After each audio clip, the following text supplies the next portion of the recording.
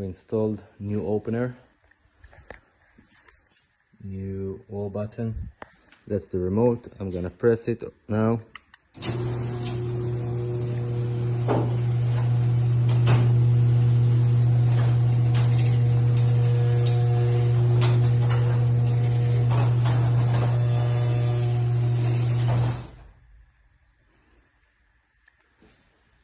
New spring, the right side got new spring. The other one was dead already. Pressing the button again, this the big one.